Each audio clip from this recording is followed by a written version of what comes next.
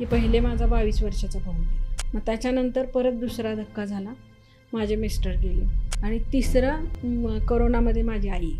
म्हणजे असे जर आपल्याला धक्क्यावर धक्के काहीतरी बसत असतील तर आपण पूर्ण कोलमडून जातो की मला ह्या विचारांमधून सुटका पाहिजे किंवा या परिस्थितीतून मला आता कोणीतरी सोडवा. बरोबर. अशी ज्यावेळेस परिस्थिती येते त्यावेळेला तुम्हाला फ्लावर थेरपी ही तुमच्या जवळ जर असेल तर निश्चितच तुमची सुटका होती.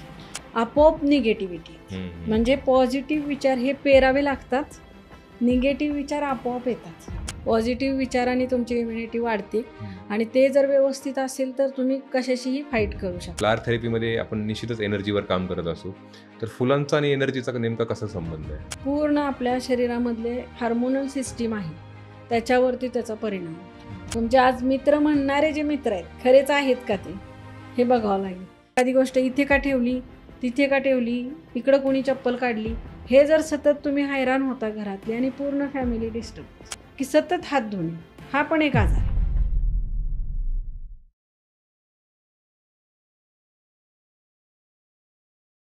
नमस्कार, आपलं सर्वांचं आजच्या या पॉडकास्टमध्ये सहर्ष स्वागत. आज आपल्यासोबत रेकी विश्व या हिलिंग सेंटरच्या फाउंडर भाग्यश्री कुलकर्णी मॅम आहेत. मॅमविषयी थोडक्यात सांगायचं झाल्यास त्यांचं न्यूमरोलॉजी, रेकी, फ्लावर थेरपी अशा विविध विषयांचा अभ्यास आहे. त्यांच्या मार्गदर्शनामुळे आजवर अनेक लोकांच्या आयुष्याला एक नवीन दिशा मिळाली आहे. आजच्या या पॉडकास्टमध्ये आपण मॅमच्या प्रवासाविषयी आणि फ्लावर थेरपीविषयी जाणून घेणार आहोत आणि निश्चितच या पॉडकास्टमधून नवीन काही ना काही शिकण्याचा प्रयत्न करणार आहोत. मॅम, तुमचं आजच्या या पॉडकास्टमध्ये खूप खूप स्वागत. धन्यवाद पहिल्यांदा तुम्ही इथं मला बोलवल्याबद्दल. येस, जसं मी आधी बोललो की तुमचा प्रवास आणि फ्लावर थेरपी या दोन विषयी आपल्याला या पॉडकास्टमध्ये चर्चा करायची आहे. तर सुरुवात करूया तुमच्या प्रवासापासून.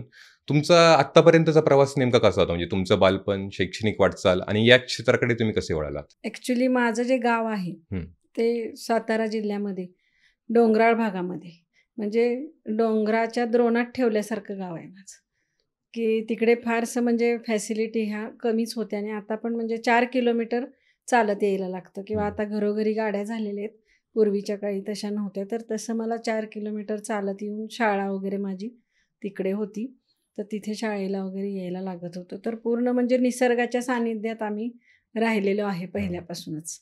आणि जे निसर्गासारखंच म्हणजे आपलं असं काही फार कुठल्या अपेक्षा किंवा काही असं हे ठेवून नव्हतं, पण सगळ्या ह्याच्यामध्ये आपण जे म्हणतो ना की जे आपण लिव्हिंग जे स्लो, की जे आपण प्रत्येक गोष्टीचा अनुभव घेत जात असतो, तर त्या पद्धतीने सर्व असं हे होतं की कधी जास्त फार अशा अपेक्षा किंवा हे असं न करता प्रत्येक गोष्टीचा एन्जॉय करणे, अशा पद्धतीने सर्व जीवन व्यवस्थित गेलेले. म्हणजे असं फार काही हालाकीची परिस्थिती होती अशीही नाही आणि फार श्रीमंती होती अशीही नाही. व्यवस्थित जे आपण म्हणतो खाऊन पिऊन सुखी ह्या अशा कुटुंबातली मी एक हे आहे. मी एक बहीण आणि मला 3 भाऊ होते. असे आम्ही 4 जण त्या शाळेमध्ये चालत जाणं येणं आमचं सगळं चालू असायचं. तर म्हणजे अकॅडमिकच्या याने जर विचार करायचा झाला तर एक स्कॉलर म्हणू शकता तुम्ही. मला असं म्हणजे स्वतःला हे करणं नाही बरोबर वाटत, पण मेरिटमध्ये जे पहिले 2 नंबर असतील, 3 नंबर असतील, याच्यामध्ये आम्ही 4घे पण असायचो. तर असं सगळं जे काही नवीन म्हणजे वाचनाची आवड होती आणि सगळं स्पिरिच्युअल नेचर. म्हणजे माझी आजी 3री शिकलेली होती, परंतु त्यांनी ग्रंथांचा अभ्यास केला होता सगळ्या. आणि माझं असं होतं की मी आजीचा लळा जास्त होता, तर आजीच्या सानिध्यात असल्यामुळे रोज एक गोष्ट ऐकणे, मग ते कुठले तरी ग्रंथातील कशातील काहीतरी सांगितल्याशिवाय तिला मी झोपू द्यायची. तर अशा पद्धतीने हे स्पिरिच्युअल नेचर पहिल्यापासूनच आहे. आणि कुणाला दुःख होऊ नये किंवा कुणाला त्रास देऊ नये अशा यानेच आपण वाटचाल सगळी झालेली आहे. तर शाळेमध्ये सगळ्या स्पर्धेमध्ये भाग घेणं, सगळ्यामध्ये बक्षीस मिळवणं, पण असं कुठले जेलसी किंवा मिळालं नाही हे नाही असं काहीच नाही.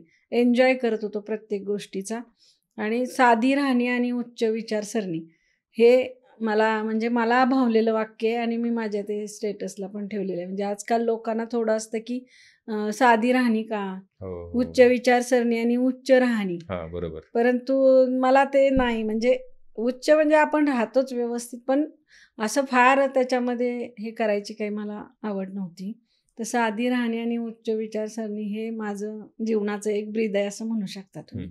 तर हे सगळं करत असताना ज्यावेळेस शाळेमध्ये कसं होतं की थोडंसं स्वतःला महत्त्व देण्याची वृत्ती कमी होती त्याच्यामुळे मार्क्स चांगले पडलेत.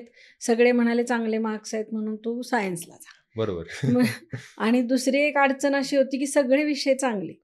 त्याच्यामुळे कोणता असा स्पेसिफिक एखादा विषय आहे तोच निवडावा आणि त्याच्यामध्ये जावं हे काही कळत नव्हतं. सगळे बोलले सगळे चांगले मार्क्स आहेत, सायन्सला जा. तर म्हणून सायन्सला गेले. 12वी सायन्स झाल्यानंतर इंजिनिअरिंग केलं. आणि परंतु असं समजत नव्हतं की मला काय आवडतंय, कारण मार्क्स वाईज बघितलं तर सगळ्याच विषयांमध्ये चांगले होते. मग अशा पद्धतीने इंजिनिअरिंग झालं, जॉब पण केला होता. पण त्याच्यानंतर मग लग्न झालं. मग लग्नानंतर जॉबचं ऑपॉर्च्युनिटी मला रायगड जिल्ह्यामध्ये आली होती MSCBची. तर ती काही घरगुती कारणास्तव मी घेतली नाही. तर त्याच्यानंतरही माझं एक सांगू शकते की प्रत्येक वर्षी काहीतरी शिकत राहणे, हे एक माझं वैशिष्ट्य मी सांगू शकते. मग त्याच्यानंतर काय आपल्याला असं फक्त घरात राहायचं आहे, मुलं झालीत किंवा मुलांचं पाहत आपण राहिले असं नको होतं मला. त्याच्यामुळे प्रत्येक वर्षी काहीतरी शिकणे. मग त्याच्यातून मी पुन्हा MA इंग्लिश लिटरेचरपर्यंत केलं आणि BEd केलं. कारण माझे मिस्टर मला जॉब करू देत नव्हते. माझ्याकडे येणारे जाणारे नातेवाईक भरपूर असायचे आणि सासू सासरे पण येऊन जाऊन असे असायचे. आणि माझ्या मिस्टरांचं हे म्हणणं होतं की मुलांना पाळणाघरात ठेवायचं नाही. मग त्याच्यानंतर मग BEd करून ते म्हणाले की तू आता मुलांच्या वेळेतच बाहेर जा आणि असं काहीतरी जॉब शोध की तेवढ्या वेळात तू जाऊन येऊ शकतीस. तर त्याच्यामध्ये मी हे केलं आहे. आपटे कॉलेजला मी प्राध्यापक म्हणून 1 वर्ष काम केलं. मग त्यानंतरचा प्रवास कसा होता? तर त्यानंतर म्हणजे थोडंसं लाईफमध्ये चेंजेस यायला सुरुवात झाली. आपटे कॉलेजला मी ज्या वर्षी 1 वर्ष माझं पूर्ण व्हायच्या अगोदरच माझ्या मिस्टरांना ब्रेन ट्यूमर डिटेक्ट झालं. आणि ब्रेन ट्यूमरची मग पुन्हा 1.5 वर्ष आमचे पूर्ण ट्रीटमेंटमध्ये आणि याच्यामध्येच गेले सगळे, की सह्याद्री हॉस्पिटल आणि रुबी हॉस्पिटल हेच लाईफ आमचं बनलेलं होतं. साधारणतः कुठल्या सालची गोष्ट आहे? हे 2011-12. तर याच्यामध्येच पूर्ण गुरफटून गेलेली होती मी. आणि खूप मोठं प्रश्नचिन्ह, म्हणजे ऑपरेशन झालं सक्सेसफुली, व्यवस्थित झालं, कव्हर झाले त्याच्यातून माझे मिस्टर.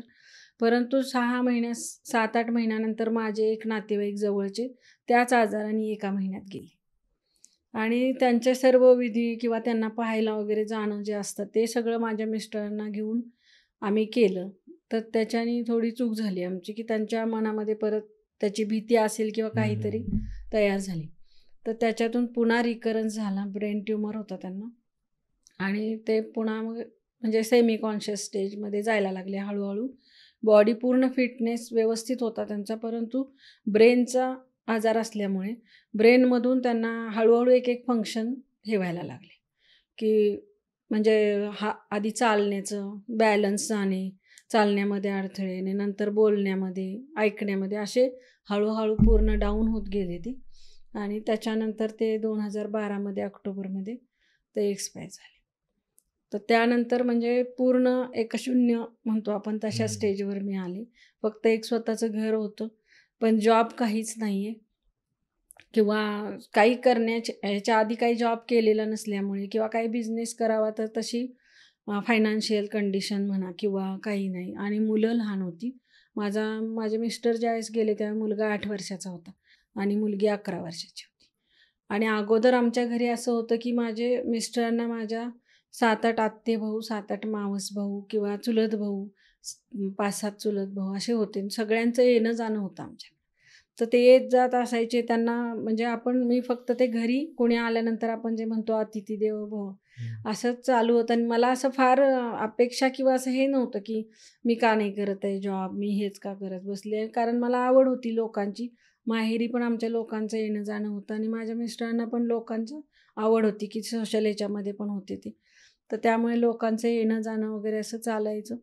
परंतु त्या दिवसानंतर असं झालं की म्हणजे घरच्यांपासून सगळेच लोक म्हणजे येणं जाणं कमी झालं आणि पूर्ण एकटेपणाचा मला खूप त्रास झाला. आणि त्याच्यातूनच मग शोध सुरू झाला की आता काय करायचं.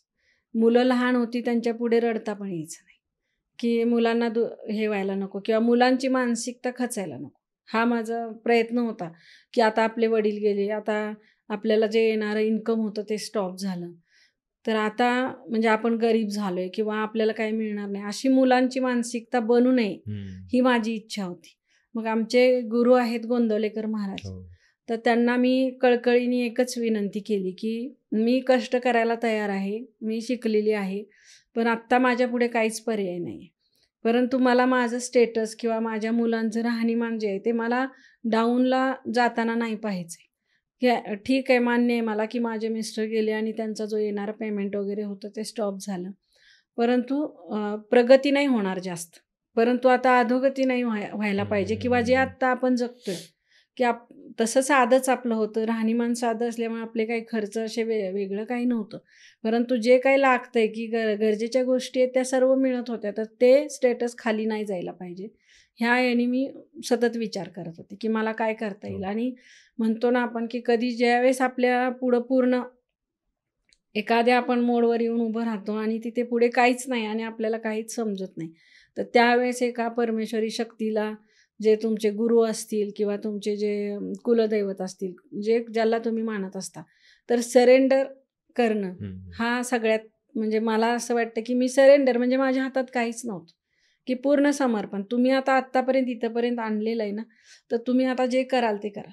म्हणजे आता ह्याच्यापेक्षा काय गमावणार आहे आपण, मोठं काय गमावणार आहे. कारण ऑलरेडी त्याच्या आधी मी माझा भाऊ एक गमावलेला होता. माझी मुलगी 1 वर्षाची असताना माझा भाऊ 22 वर्षाचा भाऊ माझा 2 नंबरचा, तर तो ॲक्सिडेंटमुळे एक्सपायर झाला.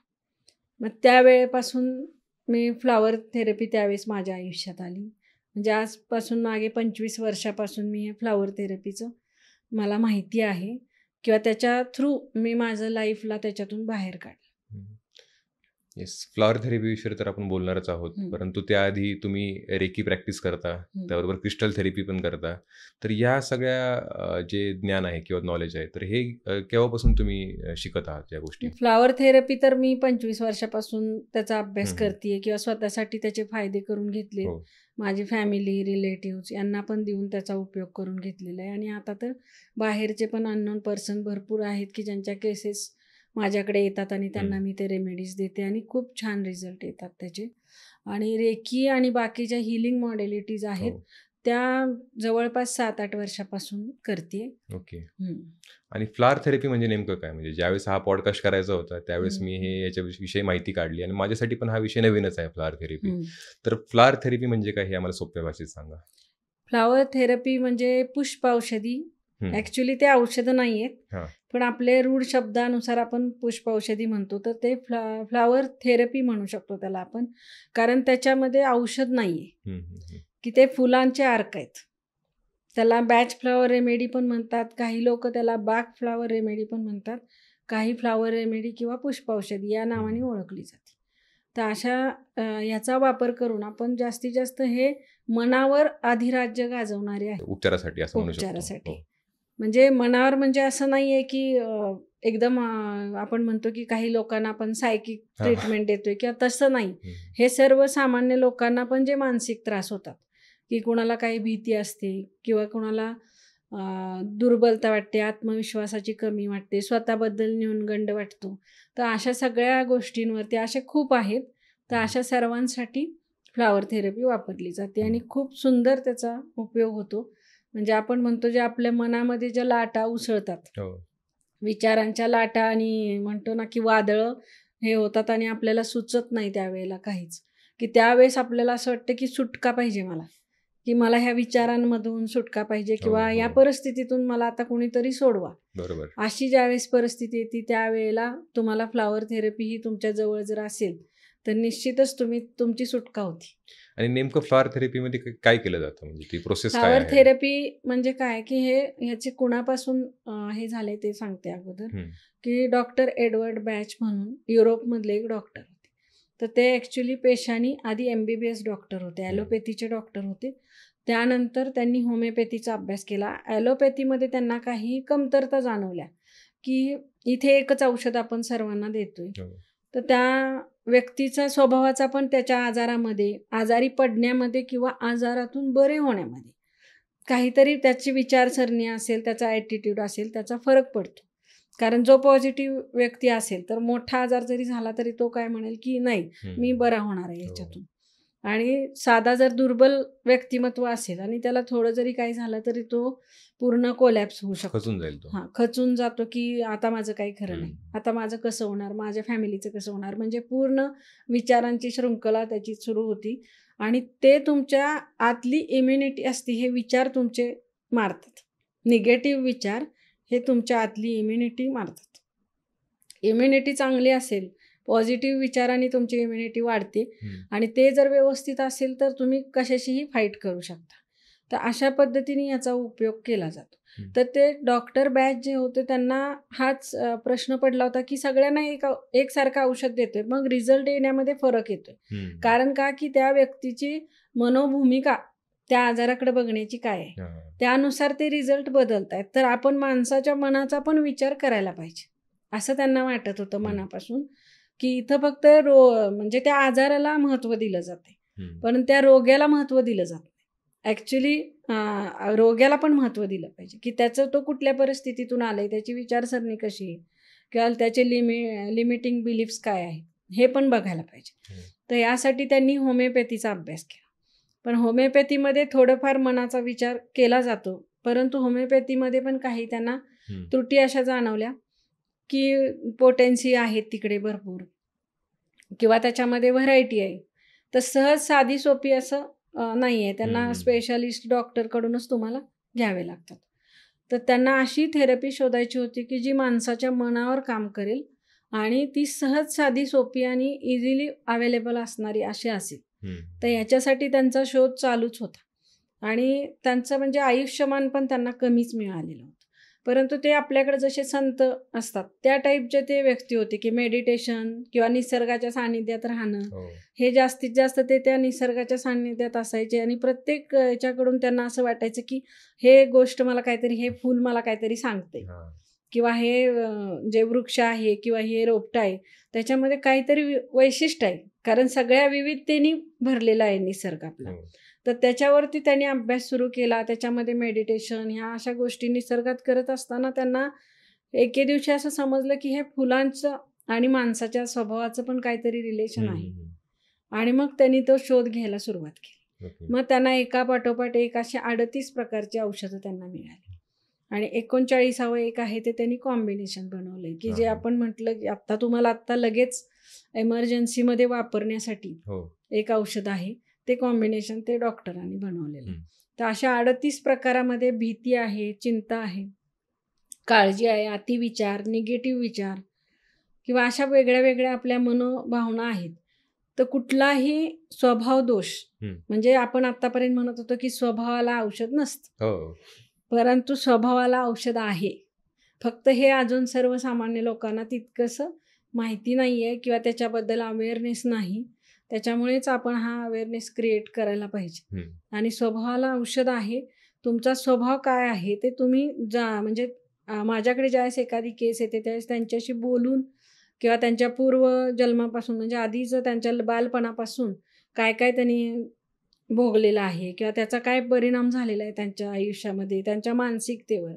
कारण एखादी घटना अशी असते की तिचा खूप इम्पॅक्ट पडतो आणि त्या माणसाचं पूर्ण आयुष्य सतत त्या ह्याच्यामध्ये धक्क्यामध्ये असतं. मानसिक धक्का त्याला बसतो की एखाद्या व्यक्तीने काहीतरी अघटित घडणारी घटना जर डोळ्यांनी पाहिली तर त्याचा त्याच्या मनावर कायमस्वरूपी परिणाम होतो आणि मग त्या वेळपासून ती व्यक्ती बदलते.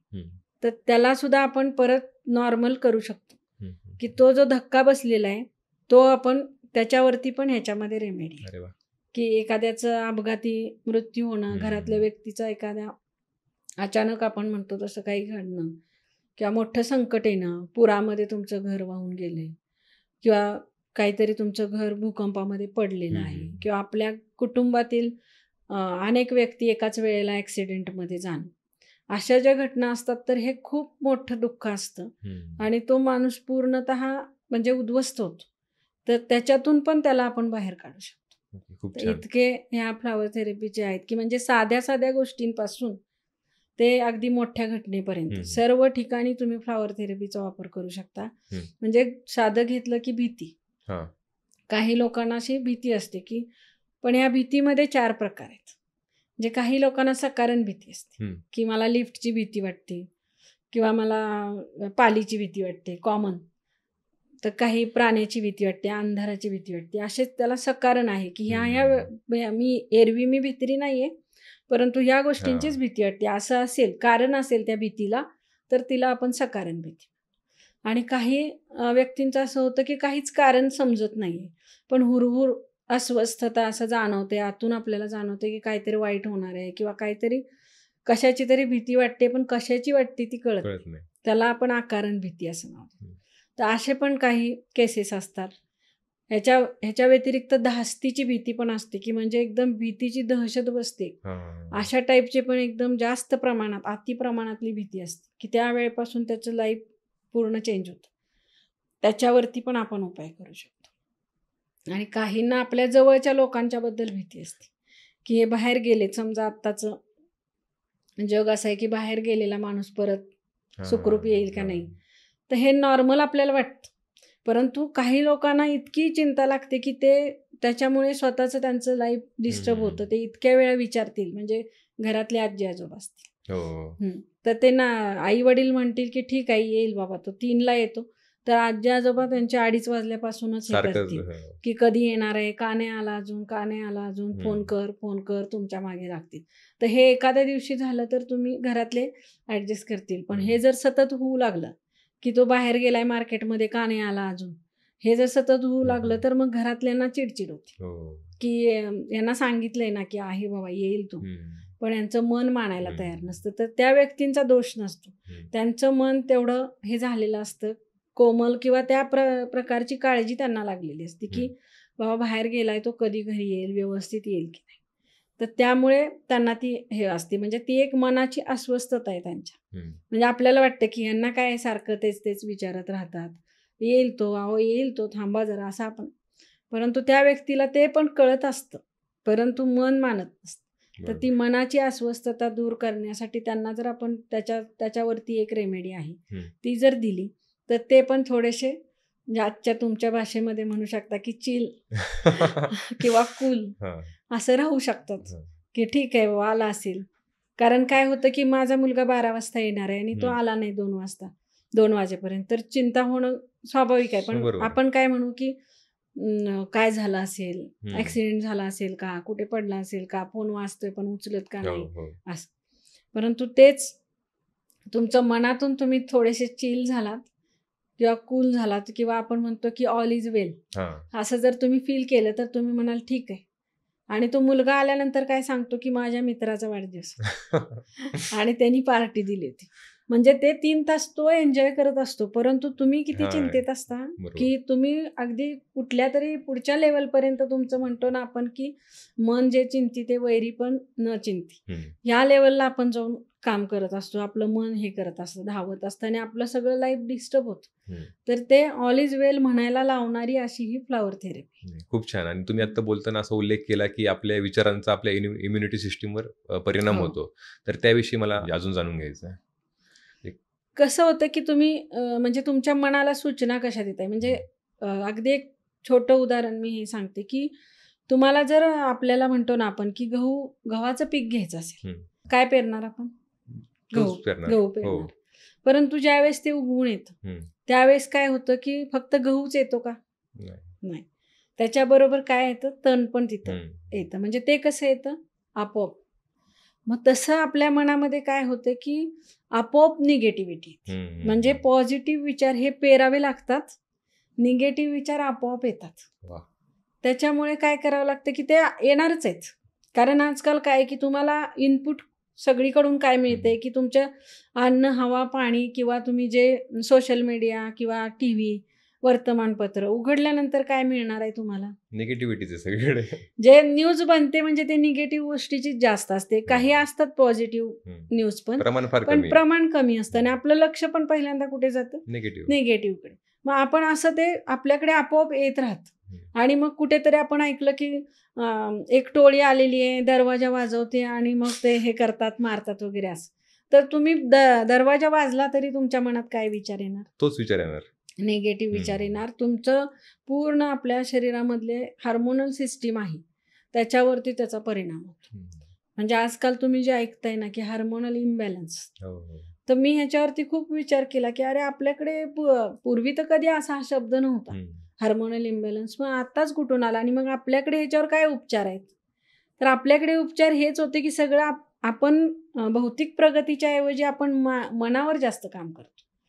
म्हणून आपल्याकडे जे पूजा अर्चा असतील किंवा काय ध्यान धारणा असेल, हे सगळं आपण करतो की मन तुमचं काबूमध्ये असेल तर तुम्ही काही करू शकता. आणि मन हे इतकं अस्वस्थ होतंय आणि आजकाल माणूस एकटा पडत चाललाय की कुणाशी शेअर करावं. असं पूर्वी मोठं कुटुंब होतं, कुणाशी ना कुणाशी तरी तुमचं एक म्हणतो ना आपण की ह्या व्यक्तीची माझं एकदम क्लोज आहे. घरातल्या घरात सुद्धा सगळ्यांना आपण नाही सांगणार किंवा न सांगता पण ती व्यक्ती ओळखणार की काय रे आज काहीतरी याचं बिघडलंय, काहीतरी बिनसलेलं दिसते. मग त्यांनी बसून नुसता पाठीवरून हात फिरवला तरी तुम्ही त्याच्यापाशी मन मोकळं कराल आणि तुम्हाला खात्री आहे की हा व्यक्ती त्याच्यावरती काहीतरी रिॲक्ट नाही करणार. तर तुम्हाला समजून घेईल आणि नाही रे होईल व्यवस्थित, एवढंच एक वाक्याची आपल्याला गरज आहे. पण आजकाल काय झालंय की न्यूक्लिअर फॅमिलीकडे आपण जास्त जातोय आणि त्याच्यामधून आपल्याला असं होतंय की कुणाला सांगावं. तुमचे आज मित्र म्हणणारे जे मित्र आहेत खरेच आहेत का ते, हे बघावं लागेल. कारण मग ते तुमचा वीकनेस तुम्ही त्यांना सांगितला तर त्याच्यावर गॉसिप करणार. नातेवाईक तुम्ही इथे सांगून घरी पोहोचेतोपर्यंत तुमच्या सर्व पाहुण्यांना फोन करून सांगतील. ही भीती आहे की त्यामुळे शेअर कुणाशी करायचं. असं होतं की माझं मन तर खूप हे झालेलं आहे आणि आपल्यालाही माहिती असतं की होईल व्यवस्थित, पण त्या क्षणाला तुमचं मन मानत नाही. तर त्या क्षणाला तुम्हाला कुणाचे तरी 2 आपुलकीचे शब्द किंवा स्पर्श गरजेचा आहे की पाठीवरून हात फिरवणं कुणाचं तरी गरजेचं आहे, ते मिळत नाही. त्यामुळे लोकांना खूप आज ह्या अशा सगळ्या उपचारांची किंवा अल्टरनेटिव्ह थेरपीजची, म्हणजे ह्याच्यामध्ये रेकी हिलिंग येईल किंवा मेडिटेशन येईल, फ्लॉवर थेरपी आहे किंवा वेगळ्या वेगळ्या थेरपीज ज्या आहेत ऑकल्ट सायन्समधल्या, तर ह्याच्याकडे आपण आता जास्त का जातोय? कारण आपल्याला मनाची तगमग आहे ती शांत करायची. फ्लॉवर थेरपी जी थेरपी आहे तर तिला आपण कुठल्या कॅटेगरीमध्ये मोडू शकतो? म्हणजे ते आयुर्वेदिक आहे, होमिओपॅथिक आहे, तर कुठल्या कॅटेगरीमध्ये आपल्याला मांडता येऊ शकतं? ऍक्च्युली तसं हे औषध उपाय नाहीच आहे, म्हणजे औषधी म्हणता येत नाही त्याला. त्यामुळे ती आयुर्वेदिकच्या जवळ जाऊ शकते किंवा नॅचरोपॅथीच्या जवळ जाऊ शकते असं आपण म्हणू शकतो. कारण बाकीच्या याच्यामध्ये तर त्याच्यामध्ये कुठलंही असं औषध नाहीये की ज्याच्यामुळे काहीतरी साईड इफेक्ट्स होणार आहेत. म्हणजे फ्लॉवर रेमेडीला कोणतेही साईड इफेक्ट्स नाही आहेत. हा त्याचा सगळ्यात सुंदर हे आहे की कुणीही घेऊ शकतं, अगदी लहान बाळापासून वयस्कर कितीही व्यक्ती असली तरी त्याला आपण देऊ शकतो. त्याच्यामुळे कोणताही साईड इफेक्ट होत नाही. त्यामुळे हे असं कोणत्या थेरपीत बसवता येत नाही. तर ही फ्लॉवर थेरपी, पुष्प औषधी असंच हे वेगळी एक ब्रँच आहे असं म्हणता येईल आपल्याला. आणि महाराष्ट्रात तसंच भारतात या गोष्टीविषयी किती अवेअरनेस आहे? आत्ता व्हायला लागलेला आहे तसा, पण फार नाही आहे अजून खूप म्हणजे ह्याच्यामध्ये काम करण्याची गरज आहे, अवेअरनेस करण्याची गरज आहे. कारण साध्या साध्या गोष्टी असतात, कधी एखाद्या गोष्टीवरून आत्मविश्वास गेला तर पूर्ण आयुष्य त्या माणसाचं इफेक्ट त्याच्यामुळे होऊ शकतो किंवा त्याच्या फॅमिलीवरती पण इम्पॅक्ट पडू शकतो त्या गोष्टीचा. ते जर त्यांनी व्यवस्थित म्हणजे तेवढ्या वेळापुरतं त्याला जर आपण आत्मविश्वास वाढवण्याची रेमेडी दिली तर तो स्वतःचा आत्मविश्वास घेऊन त्याचा एक चांगला जॉब असेल, करिअर कोणता असेल किंवा बिझनेस असेल तर तो त्याच्यामध्ये सेटल होऊ शकतो. बरोबर. आणि फ्लॉवर थेरपीमध्ये आपण निश्चितच एनर्जीवर काम करत असू, तर फुलांचा आणि एनर्जीचा नेमका कसा संबंध आहे? फुलांचा म्हणजे कुठल्याही बघा आपल्या पूजेमध्ये पण आपण ज्या गोष्टी वापरतो, ऍक्च्युली पूजा म्हणजे काय आहे की पूज्य किंवा शून्यामध्ये जाणे म्हणजे पूजा आहे.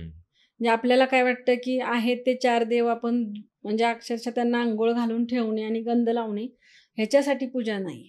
पूजा ही देवांसाठी नाही, पूजा ही आपल्यासाठी की आपलं कुठेतरी मनाचं म्हणजे आपल्याला जी म्हणतो ना की आपली श्रद्धा किंवा आपल्या मनाला कुठेतरी एक ह्या भवसागर आहे. संसार म्हणजे आपलं जीवन म्हणजे काय भवसागर आहे.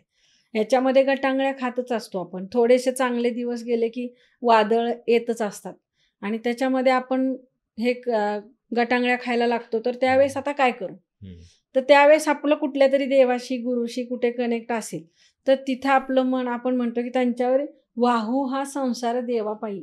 तुमची जी काळजी चिंता जे असेल ते देवापुढे वाहा, त्याच्यासाठी पूजा आहे. आणि ते जर तुम्ही रोज करत असाल तर त्या जागेचा एक ऑरा बनतो, तुमचा एक स्वतःचा ऑरा बनतो, एक नामस्मरण. हे पण एक काय साधना आहे. रोज तुम्ही करत असाल, रोज त्या देवाचं नाम घेत असाल, तर त्याच्याने एक तुमच्या आतमध्ये बदल होत असतो. तर त्यासाठी पूजा आहे. आणि पूजेमध्ये आपण काय वापरतो, की सगळं सायंटिफिक गोष्टी आहेत पूजेमध्ये. पूजेमध्ये आपण घंटेचा म्हणजे साऊंडचा त्याची पूजा करतो. आपण जे कलशाची पूजा करतो ते आकाश तत्वाची पूजा करतो. फुलं आपण किंवा सुगंधी उदबत्ती आपण लावतो. ह्याने आपल्याला कसं वाटतं? फ्रेश वाटतं. मन प्रसन्न होतं. घरामध्ये आपण स्वतः जरी करत नसलं तरी आईने पूजा केलेली असेल, तर आपल्याला आल्या त्या देव्हाऱ्याकडे पाहिल्यानंतर आपल्याला कसं वाटतं, की फुलं वगैरे वाहिलेली आहेत, व्यवस्थित देव मांडलेले आहेत, फुलं वाहिली आहेत किंवा उदबत्ती लावलेली. तर काय होतं, पूर्ण घराचा तुमच्या वारा चेंज होतो. जसं म्हणजे फुलांचं त्याच्या आपल्या ह्याच्यामध्ये तोच उपयोग आहे, की आपण म्हणतो, की एखाद्या सुगंधित फुलाचा आपण हे केला तर आपल्याला काय वाटतं, की फ्रेश वाटतं. तर तसं फुलांचा संबंध आहेच. कारण फुलं ही इतकी कोमल आहेत, नाजूक आहेत, की त्याच्यामध्ये पॉझिटिव्हिटी भरपूर आहे. फुलांमध्ये कुठलेही असं आपण म्हणू शकत नाही, की निगेटिव्हिटी. फुलं ही पूर्ण पॉझिटिव्ह, कोमल, नाजूक, म्हणजे आपण म्हणतो, की लहान बाळासारखं, म्हणजे फुल आणि मूल आपण म्हणतो, की त्याच्याकडे पाहिल्यानंतरच आपल्याला फ्रेश वाटतं, प्रसन्न वाटतं, प्रसन्नता येते आपल्यामध्ये. तर तसंच आहे. फक्त त्याचा स्वभावाशी पण काही संबंध असू शकतो. हे डॉक्टर बॅच यांनी शोधलं. आणि हे औषध नाहीये, तर मग याच्यावर आपण म्हणजे याच्याचा आपण उपचार कसं करतो? रेमेडी जे तुम्ही म्हणताय. तर हे काय, की फुलांना त्याच्या 2 मेथड असतात. त्याच्यामधनं त्या मेथडनी त्या फुलांचा अर्क त्या पाण्यामध्ये उतरवला जातो.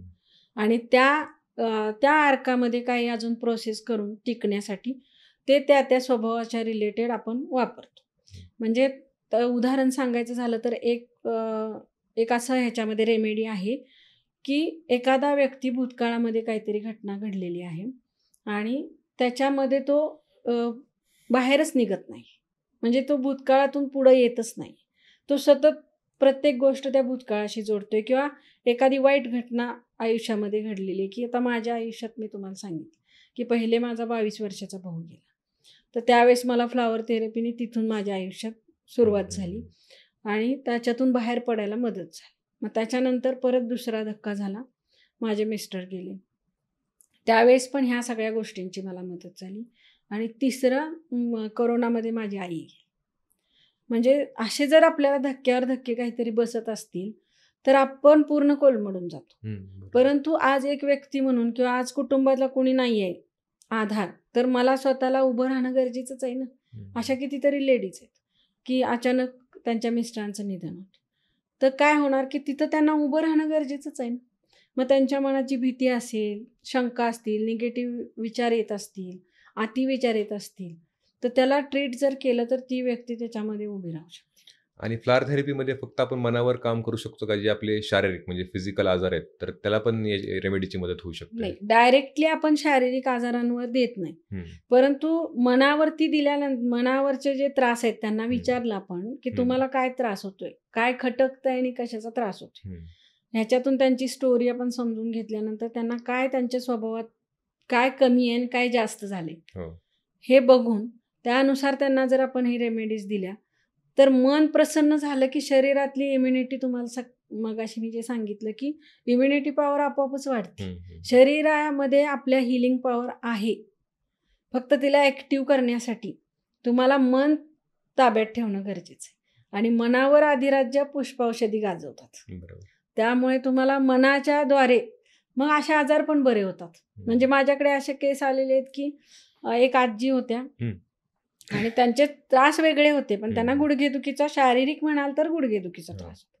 परंतु त्यांच्या मुलांनी मला फोन केला आणि सांगितलं, की माझ्या आईला वय झालंय पण शांत बसवत नाही, की त्या सतत मध्ये मध्ये करतात, ते सुनबाईंना आवडत नाही, मग त्याच्यातून भांडणं होतात. आणि आईनं सांगितलं, की आता सगळं तुमच्या हातामध्ये आणून दिलं जाते, तुम्ही शांत बसा किंवा तुम्ही एन्जॉय करा. असं पण त्यांना काय आहे, की कामाची सवय आणि त्यांना ते काम करू देत नाहीत किंवा त्यांना ते सतत रोखलं जातं. कारण वयस्कर लोकांकडून कधी गॅस चालू राहतो, कधी काय हातातून वस्तू पडते, अशा गोष्टी होतात. म्हणून ते म्हणतात, की तुम्ही लुडबुड करू नका, तुम्ही शांत बसा.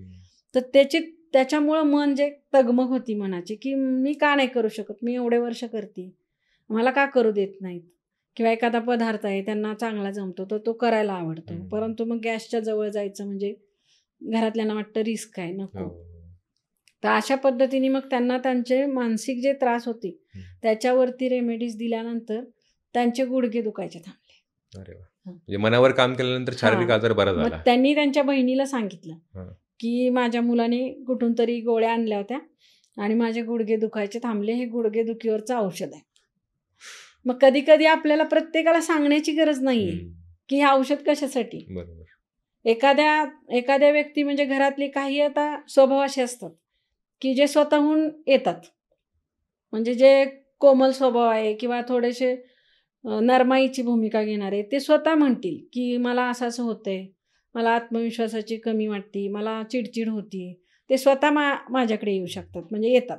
परंतु जे ॲरोगंट स्वभाव आहे तर तो पण एक स्वभावाचा भाग आहे की जे माझंच खरं म्हणणारे लोक आहेत, जे स्वतः सतत दुसऱ्याच्या मधल्या चुकाच काढणारे लोक असतात, किंवा ते म्हणतो ना की एक आपण काय त्याला म्हणू शकतो की स्वतःकडे सतत अटेन्शन पाहिजे, किंवा अतिशय म्हणजे तत्वानीच राहणार मी, मग बाकी काही झालं तरी चालेल, मी माझं तत्व सोडणार नाही, मला 10 वाजता जेवायला लागतं तर लागतं. मग घरात कार्यक्रम असू देत, काही असू देत, त्यांना त्या बाकीच्या त्यावेळेस काय होतं की त्या व्यक्तीला त्रास नाही होत, पण आजूबाजूच्या लोकांना त्रास होतो. आणि मग त्या आजूबाजूचे जे असतात ते येतात मग की अरे ह्यांना असं असं हे आहे बा, ह्यांनी आम्हाला त्रस्त केले, किंवा सगळं चांगलं आहे पण हे खूप चिडतात, किंवा खूप ह्यांचा हेकेखोरपणा आहे, मग ह्यांना काय करता येईल का. मग अशा वेळी न सांगता पण त्यांना आपण गोळ्या देऊ शकतो.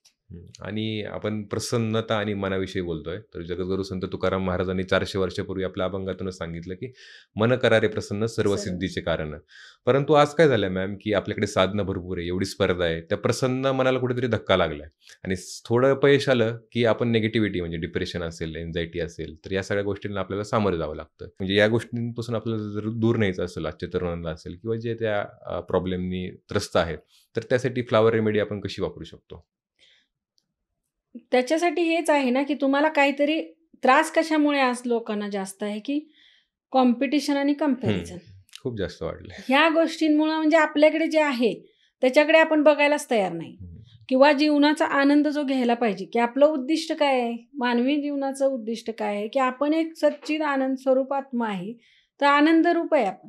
पण आता आपण आनंद शोधतोय बाहेर, आनंद आपल्या आतमध्ये. म्हणून संतांनी सांगितलं की नामस्मरण करा, क्षणभरासाठी देवाचं नाव घ्या, तर हे त्यांनी सांगितलेलंच आहे. परंतु आपण आता काय करतोय की ते न करता आपण कंपॅरिझन, कॉम्पिटिशन ह्याच्यामध्ये जातोय, की तुलना करतोय की माझं तर चांगलं आहे पण माझ्याहून कुणाचं चांगलं असेल तर आपल्याला वाटतं की मग माझं कधी होणार, किंवा हा कसा माझ्या पुढे गेला. ह्याच्यामुळे आपल्याला काय होतं की ह्या गोष्टींमुळे आपलं मन विनाकारण आपण त्या मनाला ताण देतो, आणि त्या तणावग्रस्त अवस्थेतून तुम्हाला जर रेमेडीज घेतल्या तर तुम्ही ते हे करू शकता, ॲक्सेप्टन्स की जी माझी परिस्थिती आहे. तर आपल्याला आधी सांगितलं जायचं की आपण आपल्यापेक्षा कमी ज्यांचं आहे परिस्थिती त्यांच्याकडे बघा, की तुम्ही गाडीवरून चालला असला तर सायकलवरून जाणाऱ्याकडे बघा किंवा पायी चालणाऱ्याकडे बघा. पण आता आपण काय करतो की आपण कारमधून चाललो असलो तर आपण त्याच्यापेक्षा भारी कारकडे बघतो. मग काय मिळणार आहे की आहे त्या कारचा आनंद घ्यायचा, तो घेतच नाही, किंवा अजून कसं चांगलं मिळेल मला, हेच आपण बघत राहतो, आणि त्याच्यातून विनाकारण आपल्या मनावरती ताणतणाव वाढलेले आहेत आणि कामाच्या स्वरूपात बदल झालेले आहेत. कामाचा ताणतणाव आहे खूप जास्त, तर त्यामुळे पण लोकांना ह्याची खूप गरज आहे. बरोबर. आणि जसं आता आपण बघतो की ॲलोपॅथी, जर आपण ॲलोपॅथीच्या गोळ्या घेतल्या तर आपल्याला 1 ते 2 दिवसात रिझल्ट्स पाहायला मिळतात. आयुर्वेदिक घेतले तर ते काही आठवडे, काही महिने लागू शकतात.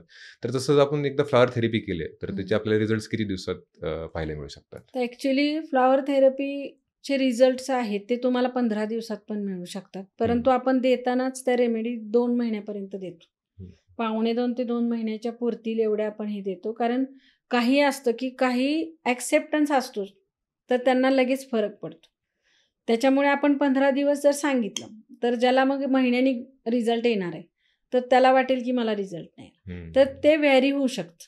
15 दिवसापासून ते 2 महिन्यामध्ये तुम्हाला निश्चित फरक हा जाणवलाच पाहिजे. मॅम, मी असं वाचलं होतं की फुलांचा आणि माणसाच्या स्वभावाचं काहीतरी रिलेशन आहे, तर त्याविषयी आम्हाला सांगा. फुलं म्हणजे तुम्हाला मगाशी सांगितलंच मी की फुलांकडे पाहिलं तरी आपल्याला फ्रेश वाटतं. तर जसं जे निसर्ग म्हणजे आपण म्हणतो ना की पिंडी ते ब्रह्मांडी, म्हणजे हे जे विश्वामध्ये जे सगळं आहे ते त्याचं एक छोटं रूप म्हणजे तुम्ही आहात. त्यामुळे जे जे ह्या विश्वामध्ये ते कुठलीही गोष्ट अनावश्यक नाहीये किंवा तिचा काही उपयोग नाही, अशी कुठलीही वनस्पती किंवा फुलं म्हणा किंवा कोणतीच असं नाहीये की तिचा काहीच उपयोग नाहीये. कारण ही पूर्ण एकमेकावर डिपेंडंट असणारी ही सिस्टीम आहे आणि जे तुम्हाला बाहेर दिसते ते तुमच्या आतमध्ये. त्याच्यामुळे त्या फुलाचा स्वभाव, फुलाचा म्हणजे एखाद्या आपण म्हणतो की आपल्याकडे आता लाजाळू तुम्हाला माहितीये सर्वांना म्हणून सांगते की आता लाजाळू तिला भावना आहे ना की आपण त्याला टच केला तर ते पानं मिटतात किंवा आपण दूर गेलो तर ते फुलतात पानं परत. म्हणजे काय आहे की वनस्पतींना भावना असतात हे तर सिद्ध झालेलं आहे प्रयोगाने. तर त्याच्यामध्ये ह्या फक्त भावना आपल्या स्वभावाशी ज्या रिलेटेड आहेत ते डॉक्टर बॅच यांनी शोधलेले. म्हणजे ह्याच्यामध्ये आपण उदाहरण देऊ शकतो की समजा आता एका लहान मुलांच्या दवाखान्यामध्ये तुम्ही गेलेले आहे आणि तिथं जी लहान मुलं असतात, तापाची साथ असेल समजा, तर तिथं लहान मुलं असतात, ती सगळ्यांना ताप असतो पण सगळ्यांची बिहेवियर सारखी नसते. कुणी शांत असतं, कुणी निपचित पडलेलं असतं, कुणी खूप रडत असतं, अखंड रडत असतं किंवा एखादा असतो तो आईला धरून बसलेला असतो, आईपासून दूर न्यायचं म्हटलं की रडायला लागतं. तर म्हणजे काय आहे की त्याच्यामध्ये तसे हे आहेत. एखादा असतो तो खेळत असतो, त्याला अंगात ताप आहे पण तो खेळतोय, त्याला त्याच्या तापाने काही फरक नाही पडलेला किंवा तो रडत नाहीये. अशी बाळं तुम्हाला बघायला मिळतील. म्हणजे काय आहे की त्याच्या स्वभावानुसार त्या आजाराशी ते कसे डील करतात हे पण असतं. तर अशा पद्धतीने ह्या फुलांचा, जसं तुम्हाला लाजाळूचं सांगितलं तसं डॉक्टर बॅच यांनी या निसर्गामध्ये मेडिटेशन करून, निसर्गाचं निरीक्षण करून त्यांना काही वनस्पती किंवा काही फुलं अशी दिसली की तुम्हाला जसं सांगितलं की मागे बघणारा, तर तो भूतकाळातच रमतो किंवा भूतकाळाच्या गोष्टींनी तो आत्ता वर्तमान काळ खराब करतो. असा व्यक्ती जर असेल तर त्याला त्या फुलाकडं, ते फुल असतं ते पाठीमागं झुकलेलं असतं. म्हणजे त्या फुलाची टेंडन्सी काय आहे की मागे बघण्याची. तसं त्या व्यक्तीची टेंडन्सी काय आहे की मागे बघण्याची. की ठीक आहे, आता जीवन आहे म्हणल्यानंतर दुर्घटना, अपघात किंवा काही गोष्टी आपल्या आयुष्यामध्ये घडतात, तर ते स्वाभाविक आहे. सर्वांच्या नाही पण काही लोकांच्या आयुष्यात अशा दुर्घटना घडतात, काही गोष्टी घडतात, जवळच्या व्यक्तीचा मृत्यू होतो. पण शेवटी तुम्हाला पुढे जायला पाहिजे ना. जीवन म्हणतो ना आपण, जीवन हे चलने का नाम. तिथं थांबून चालत नाही ना तुम्हाला. की ते मागे जर तुम्ही सतत बघत राहिला की असं का झालं, कसं झालं, माझ्यासोबतच का झालं, हे जे आपल्याला प्रश्न असतात हे सोडून मला पुढं काय करायला पाहिजे हे बघावं लागेल. आणि तशा पद्धतीने ते झाडाचा आणि त्या मानसिकतेचा तुमच्या स्वभावाचा संबंध येतो. असा त्यांनी शोध घेतला. की एक आहे की एखादा व्यक्ती इम्पेशंट असतो की त्याला काही बोलायची अवकाश, की तो तडतड लाह्या फुटल्यासारखा तो बडबडायला लागेल किंवा हायपर होईल, लगेच चिडेल. तर तशा पद्धतीचं ते एक आहे फुल. तर त्याच्या शेंगा तशा आहेत की त्या परिपक्व होण्याच्या आधीच फुटतात. तर अशा पद्धतीचे पण आहे. एक आहे की त्याचं सतत मान टाकल्यासारखं, त्या झाडाचं, त्या फुलांचं स्वरूप जे आहे ते सतत मान टाकल्यासारखं आहे. ते दुर्बलतेचं लक्षण आहे. तर त्याचा प्रयोग करून बघितला डॉक्टरांनी की हे सतत दुर्बल असं जे झाड वाटते, तर हे काय आहे, तर ह्याचं त्या व्यक्तीला देऊन बघूयात.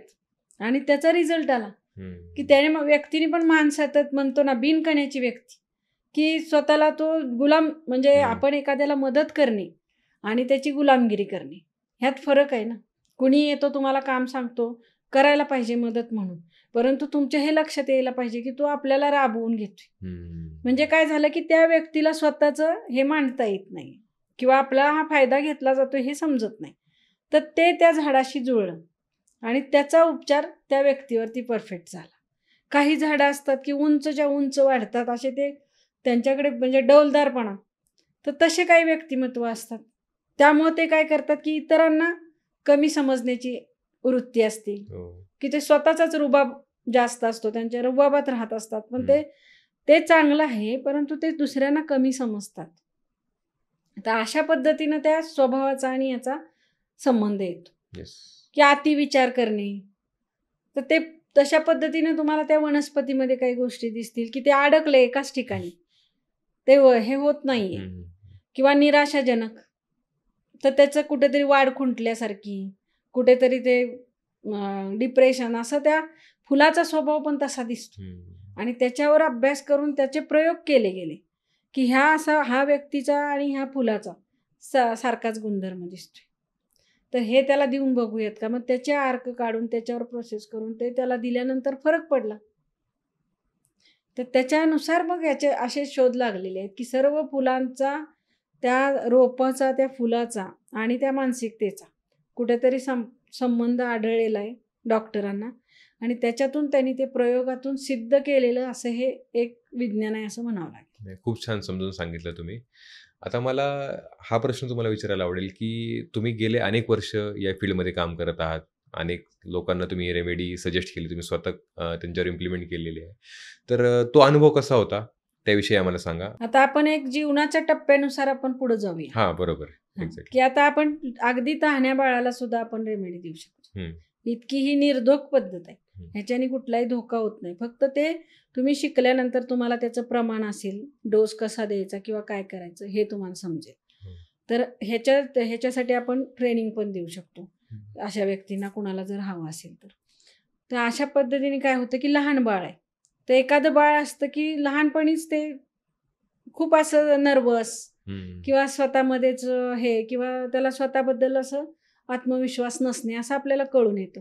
किंवा काही लहान मुलं असतात विनाकारण मारत असतात दुसऱ्या मुलांना, खोड काढणे, की त्यांची ऊर्जा अशी त्यांना गप्प बसू देत नाही. सतत म्हणजे उच्छाद मांडणे म्हणतो ना आपण, लहान मुलं अशी असतात. इकडचं काहीतरी पाडतील, तिकडचं फोडतील, इथं काहीतरी खोलतील, काहीतरी सतत करत राहतात.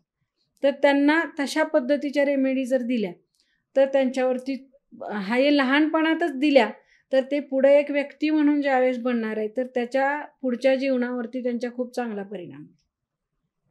म्हणजे एखादं जर स्वतःला कमी समजणारा असेल तर त्याला त्याच वेळेला लहानपणातच ही रेमेडी दिली तर त्याचा आत्मविश्वास वाढेल आणि पुढचं जीवन त्याचं सुखमय होईल सगळ्यांचं.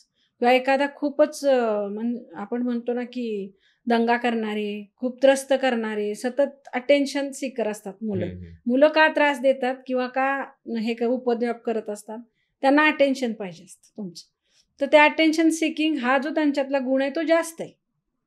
तर तशा ह्याची रेमेडी त्यांना जर दिली तर ते थोडे शांत होतील. अशा पद्धतीने मुलांच्या अभ्यासावरती, करिअरवरती सुद्धा ह्याचा परिणाम होतो. म्हणजे काही आता लहान मुलं माझ्याकडं अशा केसेस आलेल्या आहेत की 3-4 वर्षाची मुलं, माझ्या अगोदर पण पॉडकास्ट बघून त्या लोकांनी माझ्याशी संपर्क केलेला आहे. तर त्याच्यामध्ये काय त्यांनी सांगितलं की उच्छाद मांडणे म्हणजे ह्याला दुसरा शब्दच नाही, की घरात ती आई म्हणते की मी काहीच करू शकत नाही, पूर्ण 24 तास त्या मुलावर लक्ष देऊनच राहावं लागतं, नाहीतर तोडफोड, कुठेतरी पडणे, स्वतःला काहीतरी हार्म करणे किंवा दुसऱ्याला कुणाला तरी मारणे, काहीतरी उद्योग करणे असे असतात. आणि इतकं त्याच्यामध्ये हे असते की तो झोपेत सुद्धा तो व्यवस्थित म्हणजे असं झोपू शकत नाही शांतपणे. तर अशा केसेस पण भरपूर आलेले आहेत आणि त्याचे रिझल्ट पण आले. एक मुलगा तर तो दिवसभर उच्छाद आणि रात्री त्याचं ब्लँकेट वगैरे जे आपण पांघरून घेतो ते तोंडात धरूनच झोपायचं. अरे बापरे. तर त्या अक्षरशः तोंडाला छाले झालेली, पूर्ण उष्णता जशी तोंडात होती तसं, आणि ते म्हणजे ट्रीट करणं सुद्धा अवघड होतं, इतक्या लेवलला त्याचा तो त्रास गेलेला होता. तर त्या अशा पद्धतीच्या ह्याच्यामध्ये सुद्धा तो फरक दिसलेला आहे की ते हळूहळू कमी झालेला आहे त्याचा, आणि जो त्याचा त्रास होता तो थोडंसं शांतपणा त्यांच्याकडे आलेला आहे. तर अशा पण केसेस येऊन गेलेल्या आहेत माझ्याकडे. आता त्याच्या पुढच्या वयाच्या ह्याच्यामध्ये म्हणाल तुम्ही तर अभ्यासाच्या बाबतीत पुढची तक्रार काय असते की अभ्यासाची. मग माझ्या स्वतःच्या मुलाचं मी उदाहरण सांगते की माझे मिस्टर एक्सपायर झाले. मुलगा माझा त्यावेळेस 2रीत होता. मग 3री 4थी म्हणजे ते 2 वर्ष तर मी म्हणजे पूर्ण आपलं त्याला डबा बनवायचा, सगळं तयार करायचं आणि पाठवायचं, मध्ये मध्ये अभ्यास घ्यायचा. तर त्याचा अभ्यास घ्यायला लागलं की त्याला काही अभ्यास दिलेला असेल तर तो त्याच्याकडून करून घेताना त्याची कधी तो संपवतोय आणि बाहेर पळतोय हे उद्दिष्ट डोक्यात त्याच्या तेच असायचं की कधी तो सिरियसली तिकडं बसणार नाही, अजिबात त्याचं लक्ष एकाग्र होणार नाही. आणि त्याला जर समजा सांगितलं की हे तू टेबल्स लिहिलेले, हे तुझे चुकलेले आहेत, तर त्याच्यावरती त्याची रिॲक्शन ही असायची की चुकलेत का, तो तिथंच फेकणार आणि बाहेर पळणार. की म्हणजे मला आता प्रश्न पडला की मी म्हणजे मॅथ्स वगैरे हे विषयात तर त्याला अगदी तो डाऊन व्हायला लागला होता, कारण त्याला प्रॅक्टिस लागते मॅथ्सला, आणि मी आउट ऑफ मार्क्स मिळवलेले. मी त्याला म्हणायचे तू पास तरी हो, 10वीचं कसं व्हायचं तुझ्या, अशा ह्याच्यात होतं. तर ज्या वेळेस मग त्याला मी त्या रिलेटेड रेमेडीज दिल्या तो मुलगा तुम्ही विश्वास नाही करणार की अगोदर जो काहीतरी कारणं काढून तिथनं अभ्यासावरनं उठायचा, आज वही नाही, उद्या पेन्सिल नाही, काही नाही, किंवा त्याच्यातून दाबून बसवलं तर काही चुकीचं काहीतरी करायचं, टाइमपास करून तुमच्या पुढे टाकणार आणि चुकलंय म्हटलं तरी उठून जाणार, किंवा त्याला त्याची फिकीर किंवा चिंता नसणार की अरे माझं चुकलंय का, काय चुकलंय, दाखव मला कसं चुकलं माझं, किंवा मी हे दुरुस्त करतो, हे भावनाच नाही त्याच्यामध्ये. ते फेकायचं आणि कधी बाहेर पळतोय आणि खेळायला जातोय अशा ह्याच्यात असायचं. तर त्या मुलाला दिल्यानंतर त्याच्यामध्ये इतका बदल झाला की तो स्वतः उठून पहाटे 4ला उठून स्वतः तो अभ्यासाला बसायला. क्या बात आहे. म्हणजे एवढं अक्षरशः म्हणजे मला सुद्धा स्वतःला विश्वास नाही व्हायचा. आणि आम्हाला डिस्टर्ब न करता स्वतः उठून अभ्यास घेऊन अभ्यासाला जाऊन बसून त्यांनी 10वीला 80% मार्क्स मिळवले. वा. म्हणजे ज्याला सांगितलं होतं की हा पास होणार नाही, एवढा चेंज. म्हणजे हुशार नव्हता असं नाही, पण एकाग्रताच नाही, किंवा जे म्हणतो ना आपण एक त्याला पुशची गरज होती, डायरेक्शन. तर तेच त्याला मिळत नव्हतं, की सतत आपलं काहीतरी उरकायचंय, काम उरकणे ह्या स्वरूपात, की कसं तरी पूर्ण करायचंय, पण ते कशासाठी, काय आहे किंवा काय चुकले हे न बघणे. तर असं लोकांच्यात पण भरपूर असतात. म्हणजे काही स्त्रिया असतात फटाफट काम उरकतात, ते क्वालिटीशी काही हे करत नाहीत, म्हणजे क्वालिटीचा त्यांचा काही संबंध नसतो. मग असे ज्या वेळेस घरात जर सासू जर एकदम नीटनेटक्या व्यक्तिमत्वाची असेल तर तिला त्रास होणार की कसं तरी उरकलेलं आहे फक्त. तर असं लहानपणापासूनच तो स्वभाव असतो. तो जर तुम्ही तिथेच ट्रीट केला तर ते व्यक्तिमत्व जे त्याच्यामध्ये दोष येणार आहे. स्वभाव दोष म्हणजे काय की सर्वांना भीती आहे, सर्वांना चिंता आहे, काळजी आहे, सर्वांना कधी ना कधी भीती वाटते, कधी आत्मविश्वास डाऊन होतो, हे सर्वांना होतं. पण तो जर सतत आणि थोडा जास्त प्रमाणात होत असेल तर तो दोष झाला. म्हणजे कधी कधी चांगल्या ह्याचा पण दोष तयार होऊ शकतो, चांगल्या गोष्टीचा. म्हणजे स्वच्छता करणे चांगली गोष्ट आहे ना, पण एखादी स्त्री इतकी अतिस्वच्छता करते की ती दुसऱ्यांना मग तुम्हाला इथं बसू नका, तिथं हे करू नका, टेकू नका, इथं काय एखादी गोष्ट इथे का ठेवली, तिथे का ठेवली, इकडं कोणी चप्पल काढली, हे जर सतत तुम्ही हैराण होता घरातली आणि पूर्ण फॅमिली डिस्टर्ब होती. बरोबर आहे, अगदी बरोबर. आणि इव्हन त्या लेडीजना पण त्रास होतो. ते इतका अतिस्वच्छतेचा हे असतो की मला अक्षरशः फोटो पाठवतात लोक की पायाला आणि हाताला त्यांच्या छाले झालेले असतात, की ते मी फोटो डाउनलोड करत नाही, ते आल्यानंतरच मला समजतं ह्याच्यामध्ये काय, की अक्षरशः तुम्ही डिस्टर्ब व्हाल अशा पद्धतीचे फोटो असतात. की सतत हात धुणे हा पण एक आजार आहे, की त्यांना ती स्वच्छतेचा फिलिंग, म्हणजे त्यांना ते फीलच होत नाही की आपण स्वच्छता केली, हात धुतलेत, सतत अस्वच्छतेची त्यांना हे लागलेली असते. मग अशा व्यक्तींना पण हे करतो की 50 वेळा कपडा एक धुणे किंवा एक भांडं 40 वेळा घासणे, ह्या पद्धतीच्या केसेस माझ्याकडे आलेल्या आहेत. तर अशा वेगळ्या वेगळ्या तऱ्हेच्या म्हणजे अक्षरशः वेगळ्या वेगळ्या प्रकारच्या अनेक तुम्हाला स्वभाव दोष असे समोर येतात. आणि ते ट्रीट केल्यानंतर ते सांगतात की आम्हाला खूप छान वाटते, कारण त्यांची ती मनाची तगमग असते. अतिस्वच्छता म्हणजे काय की स्वच्छता केल्याचा फीलच येत, मग ती मनाला तगमगच असते त्यांच्या सतत. आणि ह्या औषधं, ह्या गोळ्या जे काय आपण देतो रेमेडी, त्यांनी काय होतं की मन शांत होतं. मन शांत झालं की ते मग इट्स ओके म्हणायला शिकतात, सगळ्या गोष्टी व्यवस्थित होतात. असं होतं. तर असं कॉलेजला जाणारे आताचे हे आहेत मुलांचे, त्यांचे बरेचसेच आता प्रॉब्लेम आहेत ते त्या रिलेटेड पण आहेत. की आता काय झालेलं आहे की आपल्यात पूर्वी काय होतं की घरात काम करावं लागायचं. म्हणजे आम्ही ज्यावेळेस लहान होतो तर घरामधलं काम करणं हे कंपल्सरी होतं, कारण आई वडील दोघं मिळून किती काम करणार. तर प्रत्येकाला काहीतरी, आमचं तर शेती होतं, घरामध्ये दुकान आहे आमच्या, तर ते आम्हाला सर्व करायला लागायचं. पण आता आपण काय करतो की एक सेपरेट रूम देतो त्या मुलाला. आपण काय म्हणतो, तू काही करू नकोस, फक्त अभ्यास कर. आणि आमच्या घरी अशी परिस्थिती होती की सारखं काय पुस्तक घेऊन बसते, असे आमचे आई वडील म्हणायचे की सारखं पुस्तक काय घ्यायचंय, कामं कोण करणार. मग त्यामुळे काय व्हायचं की अगदी आम्ही कामं करत करत अभ्यास करायचं. एखादा फॉर्म्युला घ्यायचा, पाण्याला जायचं, तेवढा पाठ करून यायचा. म्हणजे अशा पद्धतीने अगदी आमचं जीवन गेलेलं आहे. आणि आता काय होतं की सगळं तुम्ही रेडीमेड. बरोबर आहे. त्याला एक त्याची रूम आहे, त्याचं जे काय आहे ते पलंग आहे किंवा टेबल आहे, लॅपटॉप आहे, सर्व साधनं त्याला तुम्ही देताय आणि अपेक्षा ठेवताय की त्याने अभ्यास करावा.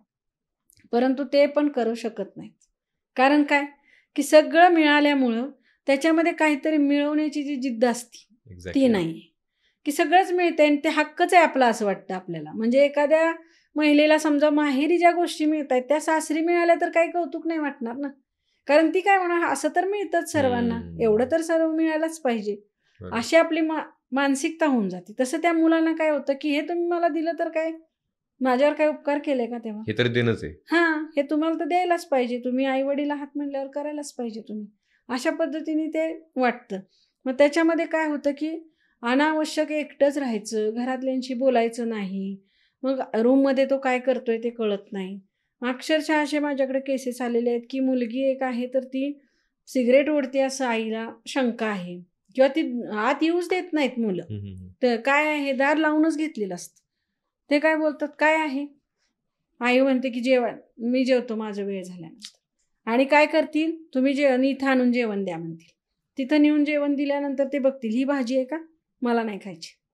ते लगेच तुम्हाला ऑर्डर मारतील, स्विगी किंवा असे जे तुमचे काही काही प्रकार आहेत. बरोबर, झोमॅटो. तर तो 10 मिनिटात दारात तुमच्या व्यक्ती येणार. हे कुणी मागवलं, यांनी. कशासाठी, मला ही भाजी नाही आवडत.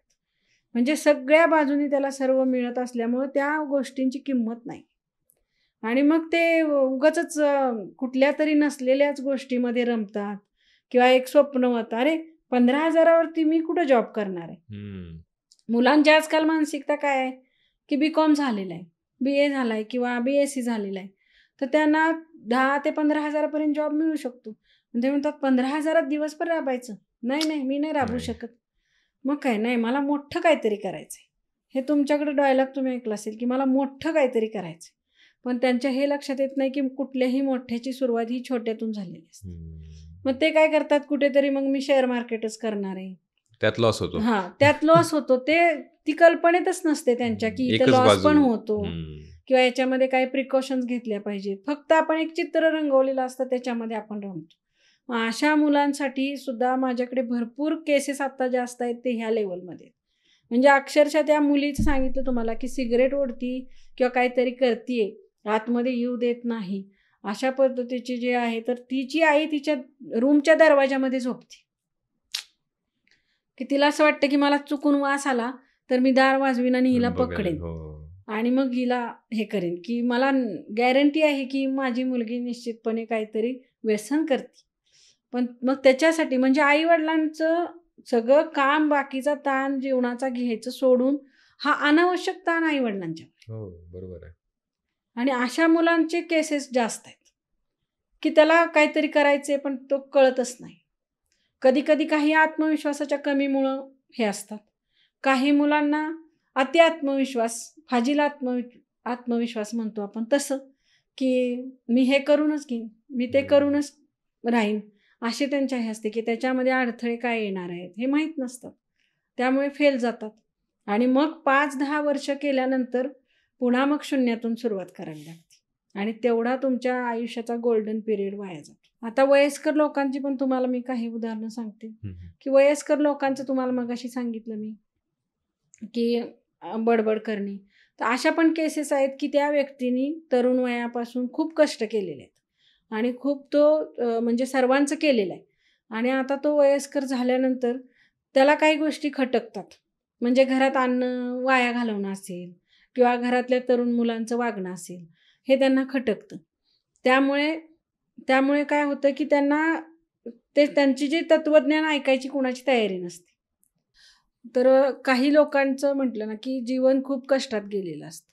त्यांनी आयुष्यभर खूप कष्ट काढलेले असतात. त्यामुळे त्यांची एक विचारधारणा बनलेली असते, किंवा एक काटकसर असेल, किंवा कुठल्याही गोष्टीचा कसा उपयोग केला पाहिजे, वेळेचा किंवा वस्तूंचा, ह्याचे त्यांचे एक हे ठरलेले असतात.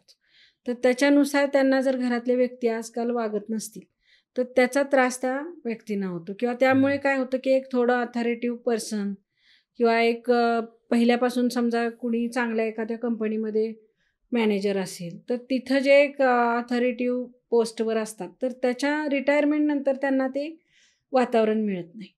तर त्यावेळेस त्यांना काय होतं की तो स्वभाव असतो त्यांचा, की सतत कुणाला तरी दोष दाखवणे, बोलणे किंवा वर्चस्व ठेवणे. ऑथॉरिटी. आणि घरामध्ये काय होतं की एवढे वर्ष आता ही व्यक्ती सकाळी जाते संध्याकाळी येते, तर तो काही त्रास जरी असेल तरी थोडासा तो सहन करण्या इतपत असतो. परंतु ती व्यक्ती जर कायमस्वरूपीच पुन्हा घरी राहणार असेल तर घरातल्यांना खूप त्याचा त्रास होतो, की आता या व्यक्तीशी आपण डील कसं करायचं असा प्रश्न त्यांना पडतो, की हे सततच आता आपल्या डोक्यावरती जर कुणीतरी येऊन बसल्यासारखं असं होतं. आणि त्या घरात लेडीज जी काम करत असते तिचं पण दुर्लक्ष किंवा तिला ते सतत एक टेन्शन खाली राहत असं होतं. आणि ह्या व्यक्तीला कसं समजावं, कारण तो व्यक्ती ऑलरेडी काय असतात की हे खूप ऑथॉरिटिव्ह ज्या पोस्टवर राहणारे लोक असतात ते स्वतः ब्रिलियंट असतात किंवा कार्यक्षमता असते त्यांच्यामध्ये, आणि त्यांच्या दुसऱ्यांकडून त्या अपेक्षा असतात की मी करू शकतो, हे का नाही करू शकत, किंवा ह्यांना एक गोष्ट 10 वेळा का सांगावी लागते. त्याच्यामुळे दोघांना पण जर दिलं की हा एक व्यक्ती इथं आहे आणि दुसरा इथं आहे, तर दोघांना रेमेडी दिल्या तर त्यांना एका लेवलवर आणू शकतो, की तो थोडासा समजून घेईल की बाबा माझ्यासारखेच सर्वांना नाही जमणार, किंवा हा व्यक्ती असेल तो थोडासा वरती जाईल किंवा तो प्रयत्न करेल की मला पण थोडंसं करता येईल, आणि थोडंसं त्यांची फ्रिक्वेन्सी मॅच होण्याचं हे होईल आणि दोघांच्यामध्ये समन्वय साधेल. अशा पद्धतीने त्याचा उपयोग करू शकतो आपण. तर अशा केसमध्ये अशा व्यक्तीचं एक हे झालेलं आहे की ती व्यक्ती सतत घरातल्यांना डॉमिनेट करते, किंवा हे असंच का नाही आहे, ते तसंच का नाही, हे सतत बोलत राहते. तर मुलगा आणि सून काय करतात, दुर्लक्ष करतात. नातवंड लहान असतात ते पण घरातल्यांचं पाहून तसंच करतात, आणि त्यांच्या तावडीमध्ये सापडणारी एकमेव व्यक्ती म्हणजे त्यांची बायको. मग ती इतकी त्रस्त होते की तिला बिचारीला कळत नाही की हे सगळे दिवसभर निघून जातात आणि मी या माणसाच्या तावडीत सापडते आणि ह्याचं कितीही केलं तरी समाधान होत नाही, किंवा सतत यांची बडबड, सतत काहीतरी बोलणं, काहीतरी जुन्या काळचं काढून बोलणं, असे सुद्धा स्वभाव असतात. तर ते अक्षरशः त्यांना नको नको होतं. मग असे सुद्धा केसेस मी हँडल केलेले आहेत की त्यांना रेमेडी दिल्यानंतर ती व्यक्ती थोडी शांत झाली, आणि मग त्या अक्षरशः म्हणतात की तुम्ही देवासारखे भेटला. म्हणजे इतकं त्यांना थोडंसं जे सुख पाहिजे किंवा थोडीशी शांती पाहिजे घरामध्ये, ती घरामध्ये जर राहिली तर लोकांना त्या व्यक्ती नको आहेत असं नसतं, की किती आपल्या घरातल्या व्यक्तीचा एखादा स्वभाव दोष असला तर ती आपल्याला नको आहे असं नाही. आपण काय म्हणतो की फक्त हा स्वभाव कमी करायला पाहिजे, आणि थोडंसं चिडचिड कमी करायला पाहिजे. तर ते जर झालं तर सगळेच हॅप्पी, आणि सगळेच एकमेकांशी म्हणजे समान ह्याच्यावरती येऊन एकमेकांशी संवाद करू शकतात, आणि एक चांगली हॅप्पी फॅमिली तुम्हाला त्याच्यातून दिसू शकते. येस. आणि या रेमेडीमध्ये वापरले जाणारे औषधं तुम्ही आम्हाला दाखवू शकता का? हां, तर ह्या रेमेडीमध्ये काय असतं की लिक्विड स्वरूपात आपल्याला हे औषधं मिळतात. तर ते हे असतात, असे मूळ हे अशा रेमेडी असतात अशा, आणि त्या आपण आपल्याला परगावी पाठवायचे असतील तर लिक्विडचं लिकेजेस वगैरे असे प्रॉब्लेम होतात, म्हणून आपण अशा गोळ्यांवरती. तर या गोळ्या होमिओपॅथी सारख्या दिसतात, तर ह्या गोळ्या असतात साखरेच्या गोळ्या, शुगर ग्लोब्युल्स म्हणतात. ह्या होमिओपॅथीचे डॉक्टर पण वापरतात, की ह्या गोळ्यांची ॲब्सॉर्बिंग कॅपॅसिटी असते. तर ह्याच्यावर आपण हे असे 38 प्रकारचे जे आपले रेमेडी आहेत, 38 प्रकारचे आहेत, तर त्याच्यामध्ये त्या एखाद्या पर्टिक्युलर व्यक्तीला आपल्याला रेमेडी द्यायची आहे, त्याच्या स्वभावाचा अभ्यास केला जातो की कोणते कोणते दोष आहेत, काय कमी आहे किंवा काय जास्त आहे. तर हे चिडचिड पण करतात का, तर करतात. ह्यांचा टीकेखोर स्वभाव आहे का, आहे, किंवा सततच दुसऱ्याला कमी करणे, कमी लेखणे, अपमान करणे असं आहे का, आहे. तर ह्या असे पॉईंट्स आपण शोधतो, आणि प्रॉपर यांना काय त्रास आहे तो आपण त्याच्यातून हे करून अशा 38 मधून तुम्हाला ज्या उपयोगी आहेत तुमच्या स्वभावाशी रिलेटेड अशा रेमेडीज ह्या गोळ्यांवरती आपण ड्रॉप्स त्याचे टाकून ते आपण देतो. येस. तर हे कुरिअरनी पण आपण पाठवू शकतो. ओके. आणि जे प्रेक्षक हा व्हिडिओ पाहत आहेत त्यांना जर तुमच्याशी कनेक्ट व्हायचं असेल किंवा फ्लावर रेमेडी शिकायची असेल तर ते कशा पद्धतीने करू शकतात? स्वतः मी पण ह्याचे ट्रेनिंग्स देत असते, आणि रेमेडीज पण कुणाला हवे असतील तर फोनवरून पण हे काम होऊ शकतं, कारण प्रत्येकाला इथं येण्याची आणि मला भेटण्याची गरज नाही. तर आपले प्रोसेस आपण अशी प्रोसेस ठेवलेली आहे की पहिल्यांदा तुम्ही फोनवर माझ्याशी कनेक्ट झाला की त्यानंतर आपण त्या व्यक्तीचं नाव विचारतो आणि त्याला काय काय त्रास आहे ते विचारतो. ते सर्व त्यांच्याकडून मेसेजद्वारे आपण समजून घेतल्यानंतर त्याचा थोडा अभ्यास झाल्यानंतर फोन कॉलवरती आपण डिटेलमध्ये मी चर्चा करते की लहानपणापासून किंवा असेल किंवा पूर्वीपासून यांचा असं स्वभावामध्ये कसे कसे चेंजेस झालेत किंवा कधीपासून हा त्रास आहे. हो. तर हे जाणून घेतल्यानंतर त्याचं आपल्याला त्या निरीक्षणातून आपल्याला समजतं की यांना काय मुख्य यांचा त्रास काय आहे. मग त्या रिलेटेड रेमेडीज आपण त्या गोळ्यांवरती टाकून कुरिअरद्वारे त्यांना पाठवून देतो. ओके. तर त्यामुळे अतिशय साधी सोपी पद्धत आहे. निर्धोक आहे, याचे कुठलेही दुष्परिणाम नाहीत आणि ह्याच्यामध्ये कुठलंही म्हणजे कुणीही इझिली शिकू पण शकतो. कारण ह्याच्यामध्ये असे जसं होमिओपॅथी सारख्या जरी गोळ्या वाटल्या तरी ह्याच्यामध्ये होमिओपॅथीसारखी खूप व्हरायटी किंवा पोटेन्सीचा डिफरन्स नसतो. होमिओपॅथीमध्ये तुम्हाला अगदी 2x पासून 600x पर्यंत अशा पोटेन्सी असतात. त्यामुळे ते कोणतं करायचं ते डॉक्टरच सिलेक्ट करू शकतात. परंतु ह्याच्यामध्ये एक नॉर्मलच पोटेन्सी असते. त्यामुळे पोटेन्सीचा काही याच्यामध्ये हे नाही आहे की कसं सिलेक्ट करू. फक्त तुम्हाला त्या व्यक्तीचा स्वभाव कळणे आणि त्याच्याशी रिलेटेड ज्या आपण शिकवतो सर्व 38 रेमेडीज कशासाठी कोणती वापरायची तर त्याद्वारे तुम्ही हे करू शकता. म्हणजे एका घरातली जर एक व्यक्ती शिकली तर 70% तुमची औषधं पण बंद होऊ शकतात. कारण काय की आपल्या घरातल्या व्यक्तीला आपल्या इतकं चांगलं कुणीच ओळखत नाही. बरोबर. म्हणजे कधी कधी बाहेर लोक असतात हा मुलगा इतका शांत आहे पण तो खरा कसा आहे ते घरातल्यांनाच माहिती असतं. किंवा एखादा व्यक्ती समाजामध्ये इतका चांगल्या पद्धतीने वावरत असतो पण तो खरा कसा आहे ते त्याच्या बायकोलाच माहिती असतं की त्याचे काय स्वभाव दोष आहेत किंवा स्वभाव काय आहे. तर ज्यावेळेस म्हणजे ती व्यक्ती जे सांगते ते खरं असतं. तर अशा पद्धतीने त्या एखादा जर घरातली व्यक्ती शिकली तर ते रेमेडीज सर्व त्या आपल्या घरातल्या लोकांना जे जे हवे ते देऊ शकतात आणि पूर्ण हॅप्पी फॅमिली जे तुम्हाला म्हटलं की सुखी कुटुंब हे बनू शकतं. कारण प्रत्येकामध्ये छोटे मोठे दोष दुर्गुण चांगले गुण सर्वांमध्येच असतात. कुणी असं नाही आहे की परफेक्ट आहे. तर त्याच्यामध्ये आपल्याला माहिती आहे की आपलं सगळं चांगलं आहे पण थोडंसं मला भीती आहे जास्त ती मला कमी करायला पाहिजे मग मी छान होईल. किंवा माझ्या मुलामध्ये खूप म्हणजे अभ्यासू आहे कलागुण आहेत पण त्याचा आत्मविश्वास कमी पडतो तर त्याला आत्मविश्वास वाढवणारी रेमेडी दिली तर तो चांगल्या पद्धतीने परफॉर्म करू शकतो. तर अशा पद्धतीने तुमचे छोटेसा एखादाच स्वभावदोष असतो तो घालवला तर पूर्ण आपण स्वयंपूर्ण किंवा एक चांगलं व्यक्तिमत्व बनवण्यासाठी ह्याच्यातून आपल्या त्या व्यक्तीचा पण फायदा आहे त्या फॅमिलीचा पण फायदा आहे आणि समाजाचा पण फायदा आहे. अगदी बरोबर. खूप छान. म्हणजे अगदी सुरुवातीपासून शेवटपर्यंत तुम्ही सगळ्या प्रश्नांची उत्तरं अगदी सोप्या भाषेत आणि सगळ्यांना समजतील अशा पद्धतीने आम्हाला दिलीत आणि वेळात वेळ काढून या पॉडकास्टसाठी उपस्थित राहिलात त्याबद्दल आपले खूप खूप धन्यवाद. Thank you so much. तुमच्यासारख्या लोकांची समाजाला गरज आहे जे खऱ्या अर्थाने परिवर्तन घडू शकतात. पुन्हा एकदा आपले खूप खूप धन्यवाद. थँक्यू. धन्यवाद. येस.